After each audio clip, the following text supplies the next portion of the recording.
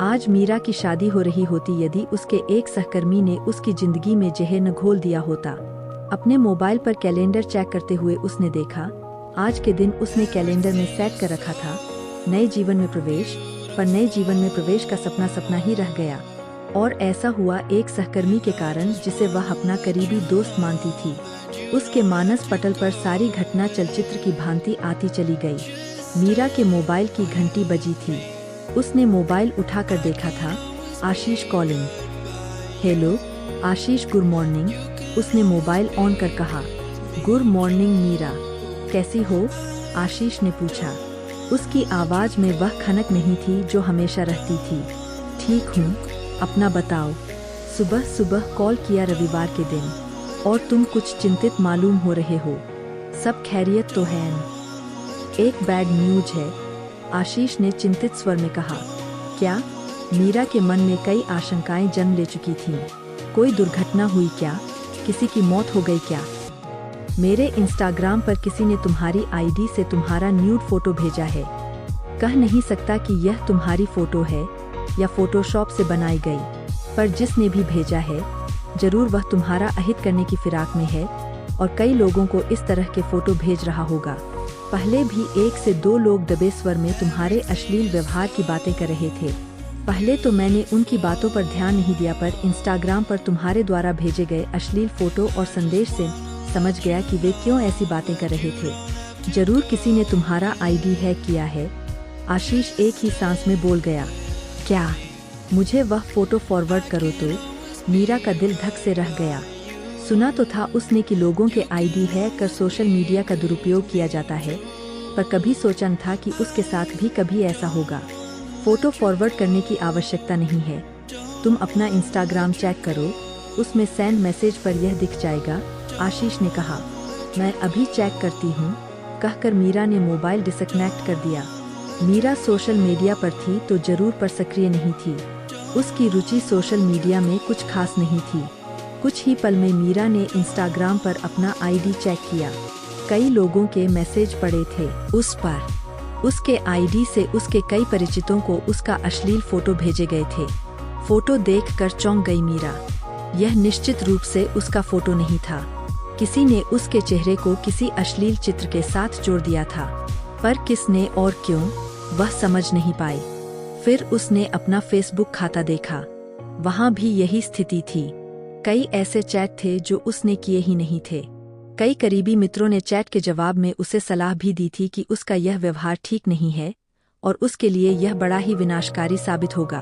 पर कुछ ने काफी रस लिया था और जिस किसी ने हैक किया था उसके अकाउंट को, उसने भी वैसा ही जवाब उसकी ओर से दिया था।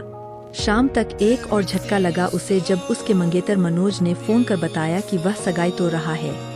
वह कुछ पूछ पाती इससे पहले ही उसने फोन डिस्कनेक्ट कर दिया। निश्चित रूप से यह इस अश्लील फोटो के कारण ही था। उसने मनोज को समझाने के लिए फिर से फोन किया, पर मनोज ने पहले तो फोन को डिस्कनेक्ट कर दिया और बाद में उसे ब्लॉक कर दिया। इसका मतलब साफ है कि मनोज को भी किसी ने वह फोटो भेज दिया है। पर वह कौन हो सकता है? एकाएक उसे ख्याल आया कि आज से 2 महीने पहले उसका सहकर्मी सुरेश ने उससे शादी का प्रस्ताव रखा था। सुरेश से उसकी अच्छी बनती थी। वह उसे अपने दोस्त के रूप में देखती थी और बड़ी बेबाकी से उसके साथ पेश आती थी। ऑफिस में तो उसके साथ काम करती ही थी, कभी कभी बाहर कॉफी पीने या स्नैक्स लेने भी जाया करती थी। पर वह सुरेश को सिर्फ और सिर्फ एक अच्छे सहकर्मी के रूप में देखती थी। शायद सुरेश के मन में उसके प्रति आकर्षण हो गया था। मजाक ही मजाक में वह कई बार उसे इशारा भी कर चुका था, पर वह उसके हर बात को मजाक में टाल दिया करती थी। एक दिन सुरेश ने बड़ी ही गंभीरता से उसके सामने शादी का प्रस्ताव रखा था। पहले हंसी थी मीरा, पर जब सुरेश को गंभीर देखा तो उसने साफ साफ कहा था, देखो सुरेश, मैं तुम्हें एक अच्छे सहकर्मी के रूप में देखती हूँ। तुम्हारे साथ शादी के बारे में मैं सोच भी नहीं सकती। लेकिन क्यों? कितना खुश रहते हैं हम साथ साथ, और मैं वादा करता हूँ कि तुम्हें हमेशा खुश रखूंगा, गंभीरता पूर्वक कहा था सुरेश ने। क्यों का कोई जवाब नहीं है मेरे पास, पर मित्रता और शादी 2 अलग अलग मामले हैं। मैंने समझा था कि तुम मजाक कर रहे हो, पर मैं देख रही हूँ कि तुम गंभीर हो। मैं भी पूरी गंभीरता के साथ कह रही हूँ कि मैं तुमसे शादी नहीं कर सकती। हाँ दोस्त, हम सदा के लिए रहेंगे।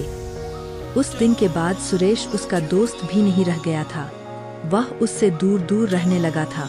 पहले उसने उसे समझाने की कोशिश की थी, पर जब सुरेश नहीं माना तो उसने उसे अपनी जिंदगी से बाहर कर दिया। ऑफिस के काम से सिर्फ काम भर का संपर्क रह गया था उससे। पहले की तरह साथ साथ घूमना, हंसना बोलना नहीं होता था। करीब 6 महीने बीत गए होंगे इस बात को रोट। नजदीकी पुलिस स्टेशन में जाकर मीरा ने रिपोर्ट लिखवाई थी और सुरेश पर संदेह जताया था। पुलिस ने जांच की तो पता चला कि उसने ही किसी को पैसे देकर उसके इंस्टाग्राम और फेसबुक खाते को हैक करवाकर उसकी ओर से अश्लील फोटो और संदेश भेज दिया था, जिसके कारण न सिर्फ उसकी बदनामी हुई थी बल्कि उसकी सगाई भी टूट गई थी। ऐसे भी सहकर्मी होते हैं दुनिया में जो साथ साथ काम करते हैं और अपनी बात नहीं मानने पर किसी भी हद तक जाने के लिए तैयार हो जाते हैं। उसका जीवन तो उसने बिगाड़ ही दिया है। खुद भी पुलिस से भागा भागा फिर रहा है, अपनी जिंदगी भी बिगाड़ ली है उसने। अपने मोबाइल के कैलेंडर से उसने नए जीवन में प्रवेश विवरण को डिलीट कर दिया और आह भरकर मोबाइल को एक ओर रख दिया। पर इतना ही काफी नहीं था। सुरेश को उसके किए की सजा मिलनी ही चाहिए और वह इसके लिए कोई न कोई उपाय जरूर करेगी। सबसे पहला उपाय तो यह है कि पुलिस को उसका पता बताना होगा।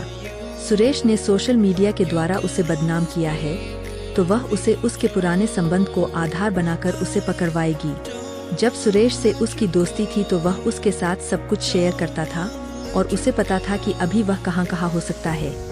उसने आशीष को कॉल किया, आशीष मेरी सहायता करो, मुझे अंदाजा है कि सुरेश अभी कहाँ हो सकता है। बस तुम एक बार देखो वह उन स्थानों में से कहाँ छिपा है। जैसे ही पता चले मुझे फोन करना, मैं पुलिस को लेकर आऊंगी। जरूर, जहां तक संभव होगा मैं सहायता करूंगा, आशा के अनुसार आशीष ने कहा। पहले 2 जगहों पर तो सुरेश नहीं मिला पर तीसरे जगह वह मौजूद था। वह स्थान उसका ननिहाल था। आशीष ने वहां से उसे फोन कर उसे बता दिया। मीरा ने पुलिस को जानकारी दी और आनन फानन में सुरेश थाने में था। सुरेश अपने किए पर पछतावा कर रहा था और मीरा से हाथ जोड़कर माफी मांग रहा था। वह आगे से ऐसी गलती न करने की बात कहते हुए गिड़गिड़ा कर केस वापस करने के लिए अनुरोध करने लगा, पर मीरा अपने फैसले पर दृढ़ थी। मामले की चर्चा सभी ओर होने लगी तो उसके पूर्व मंगेतर की समझ में बात आई कि उसने मीरा के साथ गलत व्यवहार किया है। उसने अपने व्यवहार के लिए माफी मांगी और शादी करने की इच्छा जताई, पर मीरा का दृष्टिकोण साफ था। मनोज, जो व्यक्ति अपनी होने वाली पत्नी पर विश्वास नहीं कर सकता, उसकी बात सुने बिना उसे ब्लॉक कर सकता है, उसके साथ जीवन बिताना मेरे लिए संभव नहीं है। तुम अपनी पसंद की लड़की ढूंढ लो और मुझे माफ करो।